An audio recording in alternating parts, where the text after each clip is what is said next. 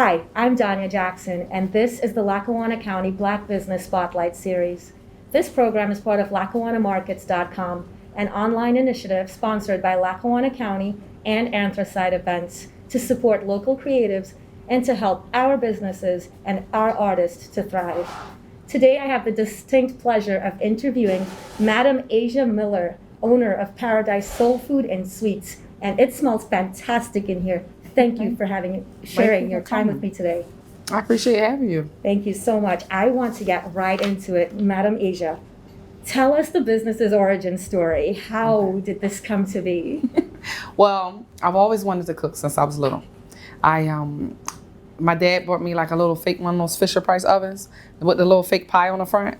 And when I saw it, I was like, I want to make things that look how that seems to taste. Like I couldn't taste it, but in my mind, I knew what that pie tastes like, okay? So that started it. I was probably like 4 or 5. And then when I got a little older, I'm the oldest of 5. So my mother would let me cook, like 11 and stuff like that. She'd let me start cooking and trying to make dinner for the family. I would do that with her. And more and more, she started letting me do it. Like, okay, you want to cook dinner? Go ahead. You want to go food shop? Go ahead. Because we lived across the street from the grocery store, so that was good. So she would let me do things like that, and I would experiment more, make fun things for my little sisters and brothers and them. Like I would make green eggs and ham. Just things, funnel cake. When I learned how to make funnel cake, we had that like forever, okay? I don't think, in my adult life, I think I just started eating funnel cake again like 5 years ago, because I used to make it so much. But I like fun things with food and movies and putting them together. That's like a happy thing for me. A few years back, I was a realtor at the time, and I was an office manager and doing realtor like, part-time. And then I had a baby, and I was like, when I, stay home, I was like, what do I want to do? Do I want to go back to real estate? I want to go back to office. And somebody suggested, like, well, why don't you doing the cooking? Cooking is your passion. Why don't you try that? I had won a recipe contest out here for my fried green tomatoes. And he's like, why don't you try and do the cooking thing? Why don't you go for it finally? Did you do every other job except for the cooking? And I was like, okay, I'm going to try it. So I started, actually, let me rewind. Hold up. Before I even had the baby while I was pregnant, I started working on a food truck. Okay. S Gourmet it was called. A really nice little food truck. But I started working on it, and I was like, you know what? If I can work for someone, that makes me feel like maybe, I can, go into it. So flash forward, had the baby, and I'm thinking of what I want to go into. I still start doing real estate again part-time, but I was like, I want to do something, but not too big. So I ended up going into the mall, the Steamtown Mall, and I was there for like a year and a half. I started with desserts and ice cream and things like that, and cobblers. I was on peach cobbler, apple pie cobbler. I've been in Scranton now about 14 years, but when I first actually moved out here, I was like maybe 22, 23. And I used to sell cakes and stuff, like to little barber shops and stuff. Mm-hmm. Some of the little restaurants in Old Forge, I used to do cakes for them. And so desserts was something I was already kind of a little bit, people knew about me out here with desserts, just a little bit of people. But when I went into the mall, it really was nice, like seeing some of my old customers and then like getting back into the cooking thing. And once I started doing desserts, in the food court itself, people were just coming for food. They're like, we want food. So I was like, I got to do my food thing. I got to do it. So I ended up finally doing it. And it got busy. I needed a bigger spot. I had like a little booth there, like a little kiosk. And I was running out of space there. I needed like a bigger fryer. So I started looking, being so I'm a realtor, I started looking around, the area. And I found this place. But I already, the girl that was here first, she did macarons and stuff. Okay. In the past, I had already became friends with her, and she's a really sweet girl. And I told her, if you ever leaving here, let me know, because I may, want to, come here maybe when I'm done at the mall and stuff. And she did contact me. She's like, I'm be leaving. You want to come to this place? So I met with the landlord, and it all transpired, and I opened up, and I was excited, and I'm just happy about the whole thing, like how it went. Me transitioning to here, it was like I got it painted. I had to meet with the city because they changed Scranton to a historical thing or something. Okay. So I had to meet with a council meeting or something like that to do a new awning because I wanted to brighten it up downtown. That's my goal, is to it's vibrant. Yeah, I'm trying to make it vibrant downtown Scranton. I'm trying to really truly get it what you gonna say, like just brighten up and bring people to want to come down here, seeing something fun looking and, nice. So I met with them. They gave me their approval to put the new awning up. I got it painted and all that stuff. I got it painted in here. And then we opened and we had a lot of the college kids coming in. It was really nice. But then COVID hit. So when COVID hit, that just was like, wow. I think I was open for about, 3 weeks before COVID hit. Oh. About 3 weeks, yes. So that just changed the dynamic. Because let me mention something else. A few years before, I wanted to get into my cooking thing, and just nothing was like putting the fire under me.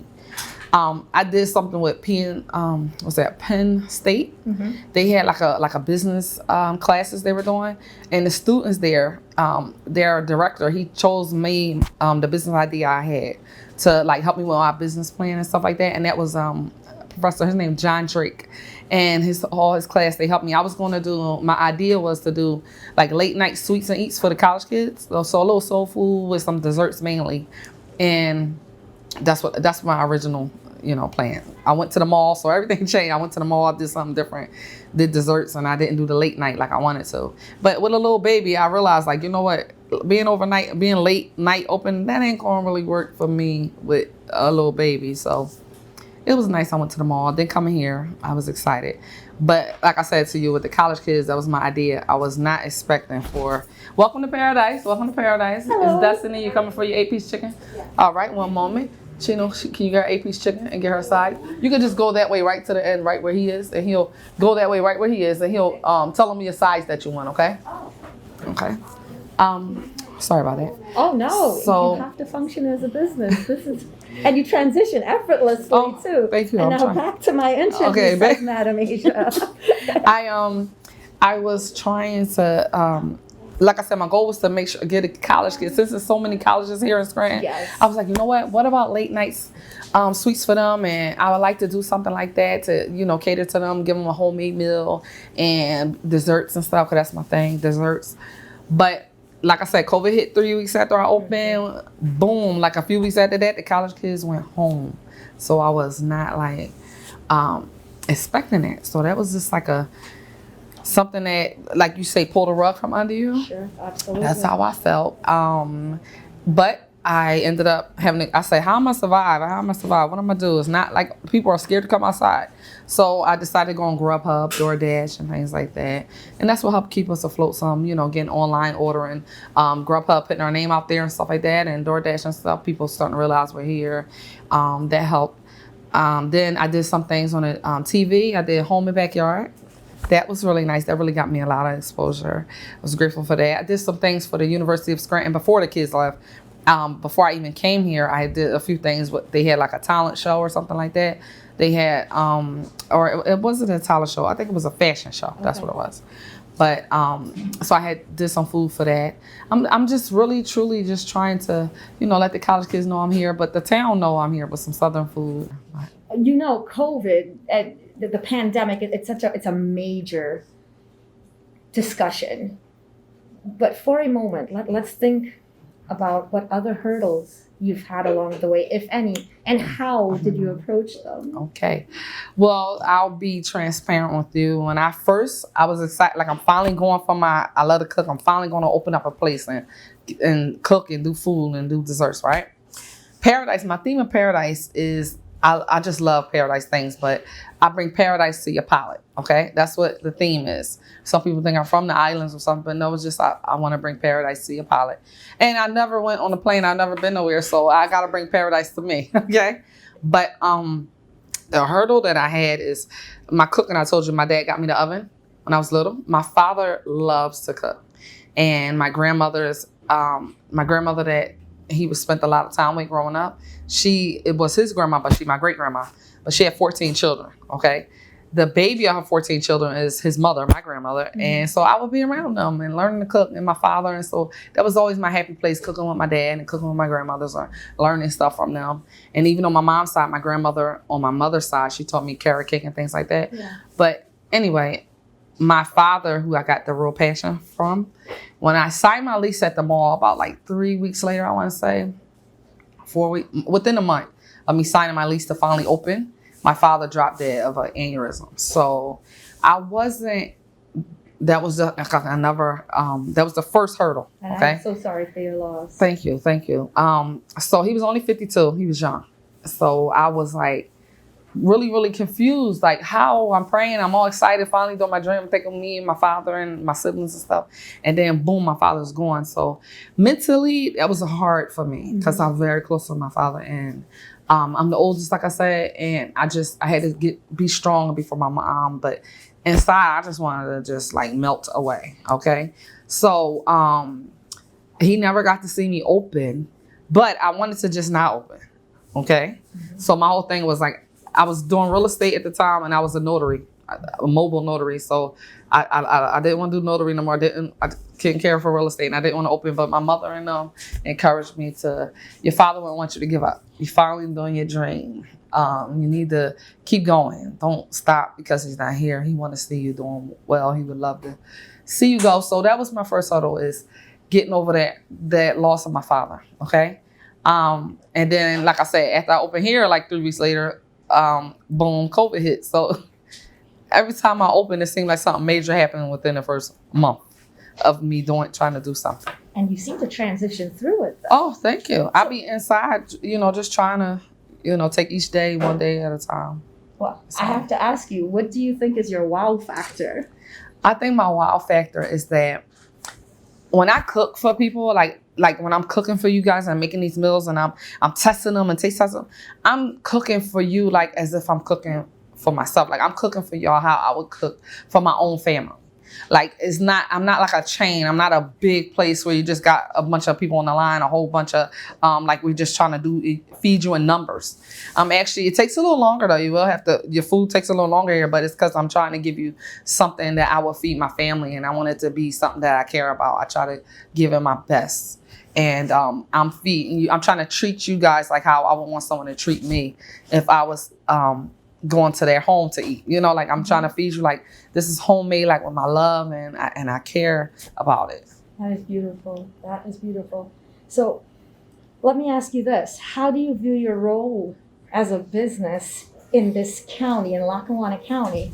And then going even deeper, how do you view yourself as a Black business in this county? Okay. I view myself as somebody that's very few in between. Like I don't feel like it's a lot of minority businesses here, but I feel like I add value to the town by bringing something unique, something different, and I care about it. Like I said, you're not just another number to me. I'm trying to make sure I never get that. Like it's not that I don't want to grow, because I do want to grow, but I don't never want it to be that this is just another number to me. I really want to care about, I hope they enjoy this. I hope that this is something that they, like, maybe hit the spot. You ever get like a craving for something and something hit the spot? Yes. Okay, now I want my food to be hit the spot food. If that's of something. Comfort food, hit the spot food. That's what I'm trying to have my place stay to people. That is beautiful. Thank you. That's what my goal is, to be a hit the spot place. It's a good goal. And I feel like you're there though. Oh, thank you. I feel like you're there. Thank you. Yes. Thank you. I'm trying to work on getting more organized. And the other thing with earlier with the question you said with hurdles, I think another hurdle that I forgot to mention is that you have an idea when you open, okay, well, I'm going to grow, and then I'll get more employees and stuff like that. But when COVID hit, it kind of mixed me up a few ways, because being as though it slowed down, I didn't have a whole like a payroll thing for employees. But then when it got really busy because of online ordering, I needed more people, but it's just me and my children and my sister and my partner. That's it. Like it's just small knit place. But with COVID, I'm scared to have a whole bunch of new people. Mm-hmm. So it's like I kind of feel like I'm in a catch-22. That's what they call it, where you're scared to hire new people, because with COVID, you don't know having new people in. But then it's like as you get busy, you need more people. You got what I'm saying? I do get what you're saying. Absolutely. That's what COVID has done for me. Made it hard to get more help. At the same time, I need more help. But it's, kind of scary trying to stay safe. It is scary. And I applaud your poise, your professionalism, and your flair as you're handling this day by day. And may I mention one more time how fantastic it smells in here? Oh, thank you. I'm glad you're enjoying the smell. You said that you have your sister here and you have your partner here as well. And I would love to have them come speak to. Okay, yeah, sure. Thank you so much for sharing. Thank you. This story, Yeah. your journey and your goals with us today. And my goals. I have another goal I want to tell you. Yes. I wish to with everything. I want to go back to my first passion, which is like I love cooking, but I love desserts. So when I'm trying to change to here, I want to start. I make homemade ice cream, okay? And I make homemade waffle cones and stuff like that. So my goal is to come March, April, to have this place mainly be desserts and ice cream during the week. And then the food, I don't want to take it away totally. I want to have it at least still offer it to people Fridays and Saturdays, have the soul food still. But during the week, I really want to do desserts and ice cream, like fun, different types of ice cream toppings. I want to do like rolled ice cream, things like that. So that's my goal. You're telling me come March and come April. Come March or April, I'm trying to have a new dessert. Many more sweets. Yes, I'm trying to have desserts, mainly during the week. And then food would just be Friday. Food would just be on the weekend. But during the week, I want it to be a dessert spot. It looks kind of like a dessert place here. It does. But I can live with food on the weekends if I can eat desserts during the week. Okay, well, that's what I'm talking about. I would love for you to have my homemade ice cream. Yes, I want y'all to try it. My homemade ice cream and my homemade waffle cones. I will be back. And with the rolled ice cream, I'll be doing. It's a date. All right. March. Appreciate you. Or April. March or April. And then moving forward. Yes, ma'am. Weekly. Yes, ma'am. Yes, ma'am. All right. I'm gonna go get my sister for you. Okay. Thank you. She's been a big help to me. And now let's hear from Chef Carolyn, Madam Asia's sister here at Paradise Soul Food and Sweets. Thank you. Thank you for leaving the kitchen and coming out here and being with us today. No problem. No problem. I'm doing all right. You know, I'm going to go right into that menu, right? That's all right. Tell me about this food. Tell me the layout. Tell me what we get when we come here. When you come here, you get all from scratch cooking. It's a blend of both sides of our family. Asia's my sister. I came in to help her. She's really passionate about food. I myself wasn't really passionate about food, but being here, it inspired me more to where though I added some items to the menu. Like I brought the salmon dishes in, all different flavors of salmon. I give her ideas for sauces. I came up with a few sauces myself, even for the wings. So you come here is like you're home. You're back at home. You're with your family. Some down home cooking is what you'll get when you're here. So if I came in here for the first time and I said I want to feel down home cooking. Okay. And there's a lot happening on the menu. As a newbie, what are you giving me? I recommend just to start out, get some fried chicken, some Big Mac, collards, and candy yams. Right. And everything comes with a drink and some homemade cornbread. And the drinks are even mixed up herself. It's her own tweak on what she likes and what she wants everybody else to taste. Your eyes are glowing as you tell me about this. So I'm going to ask you the same question that I asked Madam Asia. What do you think is your wow factor here at Paradise Soul Food? I think our wow factor here is, like I said, everything is from scratch. It's a blend of a few people in our family. So it's not just something you're going to find anywhere else, because it's a blend of family. Also, we're people. We like to interact with our customers, come out, talk, get their feedback. We even take some of their ideas if we want and put it out there. So it's like a little party when you come. So that's what I think our wow factor is. We're interacting with the customers as the owners, to where as though some people you never meet who runs the place, and the actual runners sometimes don't interact and make the food. We make all the food ourselves, period. We're here the whole time. When you order your food, we get it in the back and we start making it and get it out hot. You say that you interact a lot with your customers. So that means you kind of have your ear to the street. So what is some of the feedback you're getting from the customers? They like our style. They like what we're offering is different. It's not something they can just go in any store and get. As well as we even, depending on what the customer is ordering, sometimes we know exactly who they are. When they call in on the phone, they get to the third item. We're like, oh, is this such and such? And they be like, yeah, that's me. And we come out. We step out from the back from cooking and come out and speak to everybody. Ask them if we do have a wait or hold on a food. We let them know. We don't just keep people out waiting. we get really personal, like I said, to where that we even know just by what the orders is who it is. It's the added touch. So. That's beautiful. What do you want viewers to take away today? I want them to take away that this is a friendly, family-run place, and everyone is welcome. That's what I want them That's to. Beautiful. Thank you. Thank you so much for your time. You're welcome. Thank you. I am in the kitchen of Paradise Soul Food and Sweets with Chef Harris, and you are a chef here at the restaurant as well as Madam Asia J's business partner. Chef, tell me about that. Well, I've met Chef Madam Asia a long time ago. We did a food festival together. She kind of helped me with her bubbly personality. So like I lacked that part of the business, the welcoming hospitality part. So I'm pretty much trying to absorb as much as I can from her, from that. We both love to cook. We both take pleasure in making other people happy with our food. So that's how we kind of like mesh and like blossom pretty much, if you may have it. But I just have fun cooking. She had fun cooking. We both have great ideas, and you know, we like bounce off each other with ideas and try new things.